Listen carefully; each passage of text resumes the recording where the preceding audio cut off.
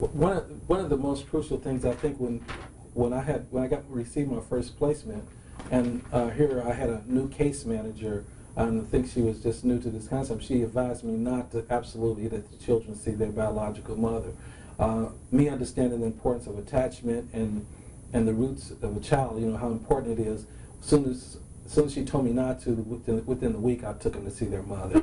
and it really helped the children attach to me because it identified me as someone who cares. Me and my wife do.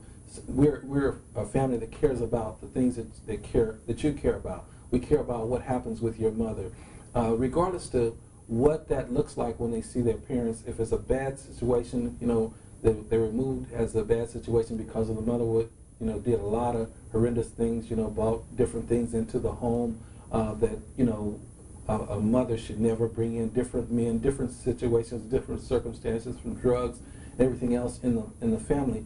But we weren't threatened by that because we knew the identity of those children were tied up in their mother. It was important they see their mother for what it is, and we always advised them that just because you see your mother in a certain way, that doesn't mean that you have to end up that way, but it's important that you understand and look at reality the way it is. This is your mother. She's due the respect because she did bring you in this world, and at the same time, you will treat her with respect and love. And through that, we help to identify and teach them love, because, you know, we taught them. My wife was very instrumental and said, that's your mother. Reach over there and hug her. You know, each time you come, you hug and you show her love. And, you know, because you can encourage her to make a difference. The relationship between us and her has been, you know, bittersweet because there's been some times it's been very difficult, and we've had to work through a lot of things. We went and picked her up for Thanksgiving. We weren't supposed to, you know, they said don't bring them into your home and all these things, but we went and picked their mother up from the nursing home and brought her to our home for Thanksgiving, and she had Thanksgiving dinner with us, and we took group pictures, you know, family pictures. We don't look at it excluding the biological parent. We look at we had an enhanced family because extended family. We've enlarged the family, and then there were other issues after, you know, once we adopted those boys.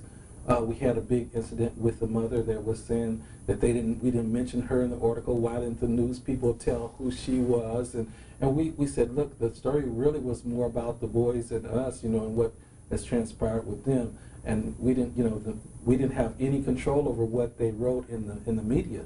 The bottom line is that, you know, there's a lot of foster families they could have did a story on. But we feel blessed that they chose your two sons to do the story on. And we try to put a positive spin on it and to help her to know that we're not, you know, there are times I think that because they're doing so well now that they're with us, that she feels a jealousy thing and left out. So we continue to encourage her and try to understand where she is and her feelings and, you know, and emotions towards it. And sometimes it takes for us to maybe, you know, stop the visits for a week or two, and then she regroups herself, and then, you know, everything goes back on course. But from time to time, and who wouldn't be emotional, you know, because now your children will do better in a different environment. So she feels that, you know, I lost out. And of course, she's trying to put her life together too. But at the end of the day, she's very thankful for where her boys are. So that's a good situation.